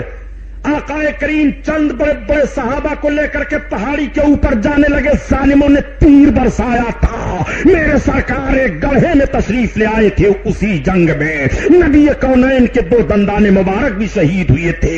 آقا کریم لے کر کے پہاڑی کے اوپر چڑھ گئے، عجیب نقشہ بدل گیا تھا، مسلمان ادھر ادھر ہو گئے تھے، کچھ تو میدان جنگ کو چھوڑ کر کے بھاگنے لگے اور مدینہ طیبہ کی طرف بھاگتے جا رہے تھے۔ مدینہ میں خبر پہنچ گئی کہ محمد رسول اللہ کو معاذ اللہ قتل کر دیا گیا ہے۔ مدینہ میں جو لوگ بچے تھے وہ سب پریشان ہو گئے، پریشان ہو کر کے وہ سب بھاگنے لگے میدان کی طرف۔ اسی میں سے ایک انصاری عورت ہیں، وہ بھی میدان کی طرف نکل پڑی، وہ بھی بھاگتی چلی آ رہی ہیں۔ ادھر سے ایک صحابی جا رہے تھے، پوچھا کہاں جا رہی ہو؟ کہا میدان میں جا رہی ہو۔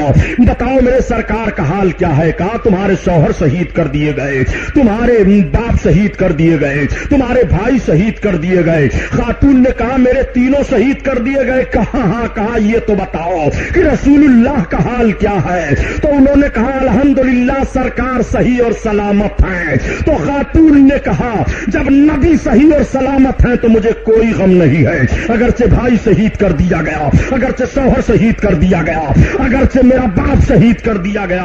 اعلی حضرت عظیم البرکت اسی کو بیان فرماتے ہیں کہ ان کے نثار کوئی کیسے ہی رنج میں ہو، جب یاد آ گئے ہیں سب غم بھلا دیے ہیں، سب غم بھلا دیے ہیں۔ اللہ اکبر، یہ دوسری جنگ عظیم ہو رہی ہے۔ سرکار دو عالم صلی اللہ تعالی علیہ وسلم پہاڑی پر تشریف فرما ہے۔ میرے آقا ابو سفیان اور دوسرے جو بڑے بڑے سربراہ اردہ تھے وہ لوگ کہتے ہوئے واپس چلے گئے، چلو اب چھوڑو ہٹاؤ، بدلہ ہو گیا بدر کا۔ اسی جنگ میں میرے آقا کے چچا حضرت حمزہ کو شہید کیا گیا۔ حضرت حمزہ کو کیسے شہید کیا گیا؟ ابو سفیان کی بیوی ہندا نے قسم کھا لیا تھا کہ اگر حمزہ کو کوئی قتل کر دے تو میں اپنے تمام زیورات کو اور اوپر سے نقدی بھی انعام دوں گی۔ چنانچہ ایک وحشی غلام تھے، اس وقت وہ اسلام نہیں لائے تھے، وہ حربہ چلانا بہت اچھا جانتے تھے، بلم، انہوں نے بلم سے حضرت حمزہ کو مارا۔ حضرت حمزہ کو ان کا بلم لگ گیا کہ بھالے کا لگنا تھا کہ حضرت حمزہ زمین پر آئے، حضرت حمزہ کو شہید کیا گیا۔ اور جب سرکار کے چچا کو شہید کیا گیا اور کلیجہ پھاڑ کر نکالا گیا، لے جا کر کے وحشی نے ہندا کو دیا، ہندا نے اپنے منہ میں رکھا اور اس کے بعد اگل دیا۔ اپنی قسم کو اس طرح سے ہندا نے پورا کیا۔ میرے سرکار جب جنگ ختم ہوئی، کافر چلے گئے تو شہداء کی جسموں کو اکٹھا کروایا، اور جب چچا کے جسم کو اکٹھا کروایا تو آقا کی آنکھیں بھیگ گئیں۔ میرے سرکار رونے لگے۔ آقا کریم کی پھوپھی آئی دیکھنے کے لیے اپنے بھائی کو، سرکار نے فرمایا خبردار چچا کے جسم کو پھوپھی جان کو دیکھنے نہیں دینا، روک دیا گیا تھا۔ کفن کا حال کیا تھا جانتے ہو؟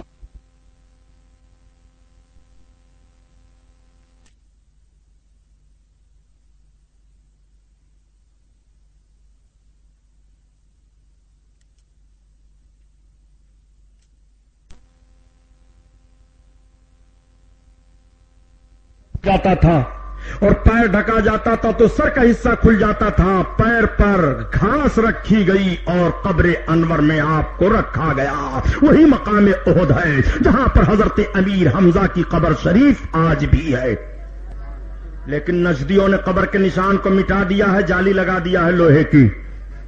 اب آپ اندازہ لگائیں گے کہ ہاں اسی میدان میں حضرت حمزہ کی قبر پاک ہے۔ آج قبروں پر آپ چلے جاؤ تو یہ کہتے ہیں قبروں پر نہیں جانا چاہیے، شرک ہے، بدعت ہے، فلاں ڈھکا ہے۔ صحیح، ایک گرفت تو ان کی بہت عجیب و غریب ہے جو ہماری اور آپ کی غلطی ہے۔ میں ایک جملہ بہت سخت عرض کروں گا، مجھے یہ پرواہ نہیں ہے کہ آپ بیان سننے آؤ گے کہ نہیں آؤ گے۔ میں آپ سے پوچھنا چاہتا ہوں کہ یہ مجھے بتاؤ کہ آج قبروں پر آپ جاتے ہو تو دوسری قوموں کو اعتراض کیوں ہوا؟ دوسرے لوگ کیوں منہ پھاڑ پھاڑ کر کے چلاتے ہیں؟ آج قبروں کی حاضری مزارات کی آپ دیکھو، آج یہ مزارات کے مجاور جہلا، یہ پیسے اور روپے کی لالچ میں حرام خور لوگ علماء اہل سنت کو بدنام کرتے ہیں۔ میں بہت سخت بول رہا ہوں، مجھے کوئی پرواہ نہیں ہے۔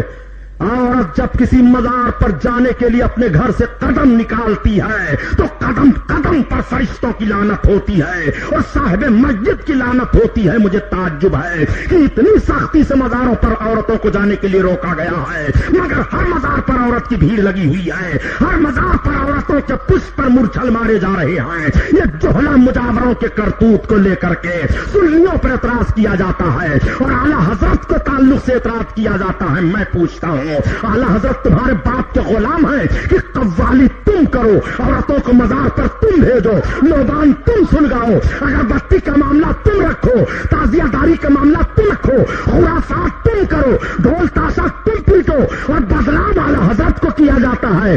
سن مذہب اسلام تو اتنا پاک مذہب ہے، اتنا پاک مذہب ہے کہ یہ مذہب قبر پر جانے سے نہیں روکتا ہے، مگر جس انداز سے رسول قبر پر گئے ہیں اس طریقے سے جاؤ۔ میرے سرکار شہدائے احد کی قبر انور پر جاتے تھے۔ جب سال میں شہادت کی تاریخ آتی تھی تو نبی کونین احد کے شہیدوں کی قبر پر جاتے تھے، دعا فرماتے تھے۔ پتہ یہ چلا کہ شہیدوں کی قبر پر جانا نبی کی سنت ہے اور ان کے شہادت کے دن جانا نبی کی سنت ہے۔ قبروں پر جانا آپ کو منع نہیں کیا گیا ہے۔ قبروں پر فاتحہ کا جو دستور ہے، فاتحہ کا جو طریقہ ہے، قبروں پر جانے کا جو رواج ہے، شریعت اسلامیہ نے جو اجازت دی ہے اس طرح سے جاؤ۔ خرافات یہ جہلا مجاور لوگ کریں اور مولانا لوگ مارے جائیں۔ اور ہمارے مولانا لوگ بھی عجیب و غریب ہیں کہ رات دن نیاز فاتحہ اور چادر پر ثبوت دیں گے، چاہے ایک چادر نہ پاویں، سارا ثبوت فاتحہ پر دیں گے چاہے ایک چراغی ان کو نہ ملے۔ ہماری لڑائی وہابیوں دیوبندیوں سے نیاز فاتحہ چادر گاگر پر نہیں ہے، ہماری لڑائی ان سے اسلام اور کفر پر ہے، وہ کافر ہیں۔ انہوں نے سرکار کے شان میں جو توہین کی ہے اس توہین کی بنیاد پر ہم انہیں کافر کہتے ہیں، اس لیے ہماری لڑائی ان سے ہے۔ سنو، بات آگے بڑھ گئی۔ آقا کریم صلی اللہ تعالی علیہ وسلم کے جانثاروں نے مقام احد میں وہ جانثاری کا ثبوت پیش فرمایا تھا۔ جب ابو سفیان اسلام نہیں لائے تھے اور وہ نعرہ لگانے لگے عزا زندہ باد، لات زندہ باد، منات زندہ باد، تو حضرت عمر عرض کرتے ہیں یا رسول اللہ یہ کفار نعرہ لگاتے جا رہے ہیں، میں نعرہ لگاؤں؟ آقا نے فرمایا ہاں، تو حضرت عمر فاروق اعظم اسی پہاڑی کے اوپر سے نعرہ بلند کرتے ہیں، نعرہ تکبیر اللہ اکبر۔ سرکار کے ساتھ جتنے صحابہ تھے تمام صحابہ نے تکرار کی، نعرہ کی، یعنی جیتی ہوئی جنگ کو تم سمجھ رہے ہو کہ مسلمان ہار گئے ہیں، ہارے نہیں ہیں، یہ تو تھوڑی سی رسول اللہ کے تاکید کے خلاف ورزی کا معاملہ تھا کہ ہمارا جیتا ہوا نقشہ ہار میں بدل جاتا ہے۔ اگر وہی 50 تیر انداز نہ ہٹے ہوتے تو مقام احد کا یہ نقشہ نہ ہوتا جو نقشہ ہوا۔ آقا کریم صلی اللہ تعالی علیہ وسلم کے صحابہ غمگین تھے، بڑا غم تھا مقام احد سے واپس آنے کے بعد۔ کافی لوگ شہید کر دیے گئے تھے، 70 صحابہ شہید کر دیے گئے تھے۔ لوگ مزمحل رہا کرتے تھے۔ رب تعالیٰ نے قرآن کی آیت نازل فرمائی، وَلَا تَحْنُوا وَلَا تَحْزَنُوا وَأَنْتُمُ الْأَعْلَوْنَ إِن كُنتُم مُؤْمِنِينَ۔ تم غم نہ کھاؤ، سست نہ پڑو، کامیاب تم ہی رہو گے، شرط ہے کہ مومن بن کر رہو۔ جب یہ آیت نازل ہوئی صحابہ کو سکون ہو گیا۔ آقا کریم صلی اللہ تعالی علیہ وسلم مدینہ طیبہ میں جلوہ افروز ہیں۔ کفاروں نے بڑی کوشش کی مذہب اسلام کسی طرح سے رکے نہ بڑھے، لیکن مذہب اسلام کہاں رکنے والا ہے؟ اسلام کی فطرت میں قدرت نے لچک دی ہے، یہ اتنا ہی ابھرے گا جتنا اسے دباؤ گے۔ آج اگر کچھ لوگ تصور کریں کہ ہم مذہب اسلام کے ماننے والوں کو کاٹ کر مار کر مذہب اسلام کو کم کر دیں، یہ نہیں ہو پائے گا۔ ارے یار، بکریاں اتنی کٹ رہی ہیں روز، اتنے بکرے اور بکریاں ذبح ہو رہی ہیں، پھر بھی غول کے غول جھنڈ کے جھنڈ دکھائی دے رہے ہیں۔ بکریوں کو نہیں ختم کر پا رہے ہو، مسلمانوں کو مار مور کر ختم کر پاؤ گے؟ یہ کہاں سے ذہن رکھ لیا ہے؟ آؤ سنو، اسلام کے ماننے والوں نے کیسے کیسے دن دیکھے ہیں۔ نبی کونین صلی اللہ علیہ وسلم کے کلمہ پڑھنے والے ہیں ہمارے سرکار، وہ عظمت والے نبی ہیں، وہ عظمت والے نبی۔ آقا کی بارگاہ میں ایک خاتون حاضر ہوئی، اپنے بچے کو لے کر کے، ان کا بچہ بولتا نہیں تھا۔ یا رسول اللہ، یہ میرا بچہ سرکار بولتا نہیں ہے۔ آقا کریم فرماتے ہیں جاؤ پانی لے آؤ۔ جب وہ پانی لے کر کے آئیں تو سرکار نے پانی اپنے منہ میں لیا، کلی فرمایا، سرکار نے فرمایا اس کے منہ میں ڈال دو۔ جیسے اس کے منہ میں ڈالا وہ بچہ بولنے لگا۔ ایک عورت اپنے بچے کو لے کر کے آئی، یا رسول اللہ یہ میرا بچہ گونگوں کرتا ہے، گونگا ہے۔ سرکار نے فرمایا لاؤ قریب لاؤ۔ آقا کریم صلی اللہ علیہ وسلم نے اپنے دست نبوت کو اس کے سینے پر پھیرا، اس بچے نے ایک کالی چیز قے کی، اس کے بعد اس کی آواز صاف ہو گئی۔ سرکار کی بارگاہ میں جو جو ضرورتیں صحابہ کو پڑتی ہیں، اس درمیان میں ان ضرورتوں کو بھی آقا کریم کی بارگاہ ہی میں حاضر ہوتے ہیں پوری ہونے کے لیے۔ زندگی کے جتنے لوازمات کی ضرورت پڑتی ہے سب چلو نبی کی بارگاہ میں۔ بیمار ہو نبی کی بارگاہ میں چلو، گھر نہیں ہے نبی کی بارگاہ میں چلو، یہ ضرورت ہے نبی کی بارگاہ میں چلو، وہ ضرورت ہے نبی کی بارگاہ میں چلو۔ آقا کریم صلی اللہ تعالی علیہ وسلم ہر چیز کو تعلیم امت کے لیے نبھا رہے ہیں۔ میرے سرکار نے بڑی سختی سے منع فرمایا کہ کوئی کسی کی چغلی نہ کیا کرے۔ آج کس طرح سے چغل خوری کا معاملہ ہے، آج کیسے چغلیاں کی جاتی ہیں، آج کیسے غیبت کی جاتی ہے۔ نبی کریم صلی اللہ علیہ وسلم تشریف فرما تھے تب تک ایک اور، لیکن کیا اس میں کوئی مسلمان نہیں ہے؟ تو جو ہوٹل پر پکوڑی سموسا دیتا تھا وہ بھی گیا، اپنا دھاگا ادھر سرکایا، نیکر کھولا، موتنے لگا، ویسے باندھتے ہوئے آیا، پکوڑی لگانے لگا۔ تو واپس ہم چلے آئے تو ایک صاحب نے کہا کیوں مولانا صاحب آپ کچھ نہیں کھائیں گے؟ ہم نے کہا نہیں میرا پیٹ بھر گیا۔ یہ حال ہے ان گندھوروں کا۔ اب آپ لوگ بھی ہو ایسے گندھورے، ہوٹل پر کھاتے پیتے بھی ہو۔ سنو، پیشاب کے چھینٹوں سے بچو۔ آقا فرماتے ہیں کہ عذاب قبر پیشاب کے چھینٹوں سے نہ بچنے والوں کے لیے ہے۔ میرے سرکار تشریف لے جا رہے ہیں، سرکار نے 2 قبر والوں کو دیکھا۔ آقا فرماتے ہیں صحابی سے لاؤ کھجور کی تر شاخ لاؤ۔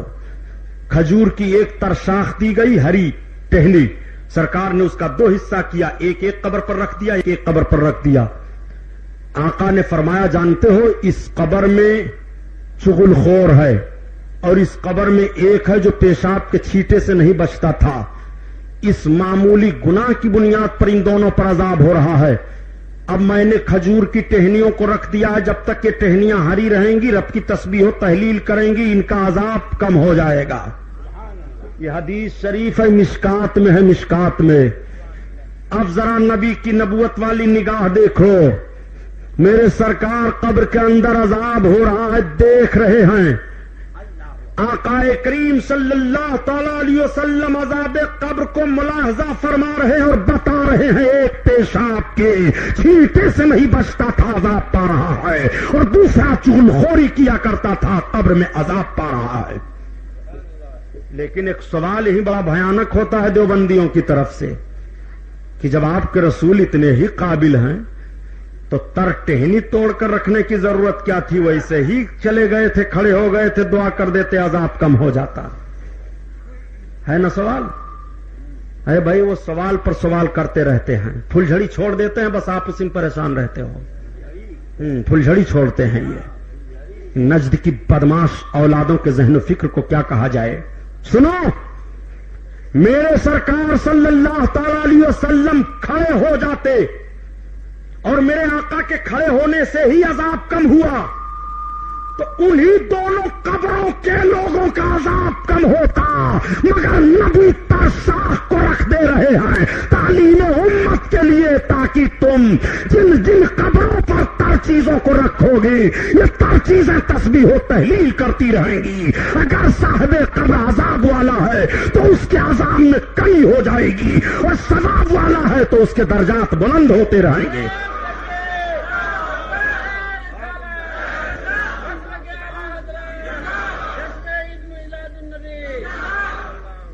آقا کریم صلی اللہ علیہ وسلم تشریف فرما ہیں. ایک صحابی آئے، عرض کرنے لگے یا رسول اللہ فلاں مر گیا ہے مگر اس کے قبر سے گدھے کی طرح آواز آ رہی ہے. آقا کریم صلی اللہ علیہ وسلم فرماتے ہیں وہ اپنے ماں کا نافرمان تھا. جب صحابہ نے پتہ لگایا تو پتہ چلا کہ جب ماں اپنے بچے کو بلاتی تھی تو وہ کہتا تھا کیا تو گدھے کی طرح سے بولتی رہتی ہے. جب وہ مر گیا تو قبر میں عذاب پا رہا ہے اور آواز گدھے کی آواز کی طرح سے آ رہی ہے. نبی کونین صلی اللہ علیہ وسلم کے بتانے کے مطابق صحیح پتہ چلا کہ مرنے کے وقت اس کی ماں ناراض تھی. پتہ چلا عذاب قبر ماں اور باپ کے ناراضگی کی بنیاد پر بھی ہے. اور کیسے عذاب قبر ہے کیا بتاؤں نوجوانوں کو. نوجوانوں نماز پڑھا کرو. بڑی خدمت کرتے ہو یار عالموں مولویوں کی، سب کی. نماز سے آپ لوگ کیوں دور رہتے ہو؟ سوئے رہتے ہیں سب، ٹر ٹر کرتے رہتے ہیں. بلایا کرو، جاگنے نام نہیں لیتے ہیں. سنو، رو، اپنے گناہوں پر معافی مانگو، رب کی بارگاہ میں رو. نماز پڑھو. نماز جان بوجھ کر کے نہ چھوٹنے پائے. نماز اور معراج پر مکمل تقریر میری کل ہوگی. نماز اور معراج اس پر تقریر انشاءاللہ کل ہوگی، اور پرسوں کا بیان میلاد النبی پر ہوگا. اب آج بیان اپنے آقا کی سیرت کی سنو. ارے سرکار کی تعریف بیان کی جا سکتی ہے یار. پورے سمندر کو سیاہی بنا دو، دنیا میں جتنے درخت ہیں قلم بنا دو، زمین کو کاغذ بنا دو، لکھو، جب بھی تعریف ختم نہیں ہوگی. آج 7 دن کا عرصہ گزر گیا بیان کرتے کرتے، میں صرف ابھی مقام احد پر پہنچا ہوں. میرے سرکار کی 13 سالہ زندگی مدنی زندگی ہے. آقا کریم صلی اللہ علیہ وسلم نے 13 سالہ مدنی زندگی میں کیا انقلاب برپا کیا تھا. مقام احد سے بھاگ کر کے گئے تمام کفار. میرے سرکار کی ایک جمعیت تیار ہے صحابہ کی. آقا کریم صلی اللہ تعالی علیہ وسلم مدینہ طیبہ میں ہیں. میرے سرکار بہت ہی دفاع فرماتے تھے کہ جنگ نہ ہونے پائے، اس لیے کہ جنگ میں دوہرا نقصان ہے. کتنی بھی اسلامی تاریخیں پڑھ ڈالو، نبی کونین جب فوجیوں کو روانہ فرماتے تھے تو ارشاد فرماتے تھے خبردار مکانوں کو نہ جلانا، کھیتیوں کو نہ برباد کرنا، بوڑھوں کو نہ قتل کرنا، عورتوں کو نہ مارنا، بچوں پر نہ ہتھیار اٹھانا. جو میدان میں مقابلہ کرتے ہوئے بھاگے گا اس کا پیچھا نہ کرنا. نبی اس طرح سے جنگ کا نقشہ متعین فرما رہے ہیں. اسلامی جنگ کو تو دیکھو، اسلام پر اعتراض کرنے والوں، اسلام کے تقدس کو دیکھو. اسلام اگر نہ ہوتا تو ہندوستان میں آج بھی تم جانور سے بدتر زندگی گزارتے. یہ مذہب اسلام کا صدقہ ہے کہ تمہیں کپڑا پہننے کا سلیقہ ہے، تمہیں ماں باپ کا احترام معلوم ہوا، تمہیں دکانداری معلوم ہوئی، تمہیں دوسروں کے ساتھ رہنے سہنے کا ڈھنگ معلوم ہوا. ورنہ تمہاری تاریخ بھارت کی سرزمین پر بیان کی جائے تو اپنا منہ چھپا ڈالو گے، دکھانے لائق نہیں رہو گے جو تمہاری تاریخ رہی ہے. اور آج بھی جو تمہارے کرتوت ہے ہندوستان کی سرزمین پر، اس کرتوت سے اگر روز و شب گزارے جائیں تو انسانیت چیخ پڑے گی. یہ اسلام کا صدقہ ہے کہ مذہب اسلام تقدس اور پاکیزگی کے ساتھ انسان کو جیون بتانے کا پیغام دے رہا ہے. اور سنو، ایک تیسری جنگ ہونے جا رہی ہے جس کو جنگ خندق کہا جاتا ہے.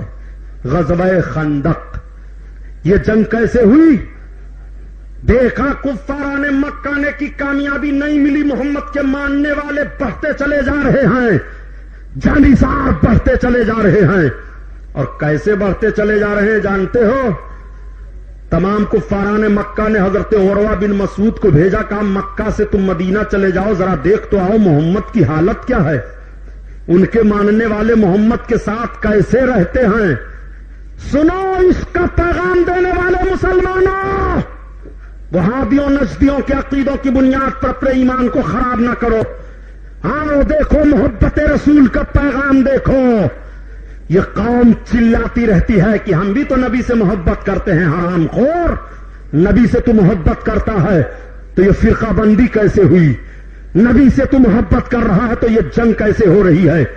نبی سے تو محبت کر رہا ہے تو آج نبی کی ذات کو اعتراض کا محور کیوں بنایا جا رہا ہے؟ میں پوچھنا چاہتا ہوں تجھ سے، دیکھ نبی کی محبت کیسی ہوتی ہے. جب کفاران مکہ نے حضرت عروہ بن مسعود کو بھیجا کہ جاؤ عروہ ابن مسعود تم دیکھاؤ کہ مدینہ میں محمد کے ماننے والے محمد سے کس طرح سے پیش آتے ہیں. عروہ ابن مسعود کا بیان ہے کہ جب میں مکہ سے مدینہ آیا اور میں مسجد نبوی کے قریب پہنچا تو اس وقت محمد وضو بنا رہے تھے. ان کے ماننے والوں کا حلقہ بنا ہوا تھا، اور جب وہ وضو بناتے تھے تو ان کے وضو کا پانی زمین پر نہیں گرنے پاتا تھا. اگر وہ کھکھاڑ کر تھوکتے تھے تو ان کا تھوک زمین پر نہیں گرنے پاتا ہے، بلکہ اپنے ہاتھوں پر لوگ لے لیتے ہیں اور اپنے چہروں پر مل رہے ہیں، اپنے جسم پر مل رہے ہیں. اس طرح سے محبت کا عالم ہے. کہاں قرآن میں آیا ہے کہ نبی جب وضو کریں تو ان کے جسم کا لگا ہوا پانی زمین پر نہ گرے؟ کہاں قرآن میں آیا ہے کہ جب نبی تھوکیں تو ان کے تھوک کو اپنے ہاتھ پر لے لو؟ محبت دیکھ، محبت. اور یہی محبت نہیں تھی، بلکہ جن صحابیوں کو پانی نہ ملتا وہ دوسرے کے ہاتھ کی تری کو لے کر کے اپنے چہرے پر ملتے تھے. یہ محبت کا عالم ہے. جب عروہ ابن مسعود واپس گئے، مکہ والوں نے پوچھا کیسا پائے ہو؟ کہا میری رائے تو یہی ہے کہ محمد کے پیچھے نہ پڑو. کہا ایسا لگ رہا ہے شاید تم بھی کلمہ پڑھ لیے. کہا نہیں، کلمہ تو نہیں پڑھا ہوں، لیکن معاملہ یہ ہے کہ میں نے بڑے بڑے سلاطینوں کو دیکھا، بڑے بڑے دوستوں کو دیکھا، بڑے بڑے لوگوں کو دیکھا، لیکن محمد کے ماننے والوں کو جو میں نے دیکھا کہ محمد سے کیسی محبت کر رہے ہیں. ارے جب ان کے جسم کا لگا ہوا پانی وہ زمین پر نہیں گرنے دیتے ہیں تو ان کا خون وہ کب زمین پر گرنے دیں گے؟ جس قوم کی اتنی محبت ہو اس قوم سے تم کبھی بھی کامیاب نہیں ہو سکتے ہو. یہ ہے محبت کا عالم. اور سنو، تیسری جنگ کی تیاری ہونے لگی جس کو غزوہ خندق کہتے ہیں. مکہ کے کافروں نے تیاری کر لی، مدینہ پر چڑھیں گے. وہ ہر دم مدینے پر چڑھ رہے تھے تو مقام بدر پر رک گئے، پھر مدینہ پر چڑھے تو مقام احد پر رک گئے. اب کی پوری جمعیت لے کر آ رہے ہیں. اگل بغل کے بھی کافروں کو اکٹھا کر لیا. مدینہ شریف کے یہود بھی چپکے مل گئے. اللہ اکبر. سرکار کی خفیہ ایجنسی نے رپورٹ دے دی، یا رسول اللہ کفار آ رہے ہیں. میرے آقا نے صحابہ کی میٹنگ کی، یہ بتاؤ کیا کیا جائے اس معاملے میں.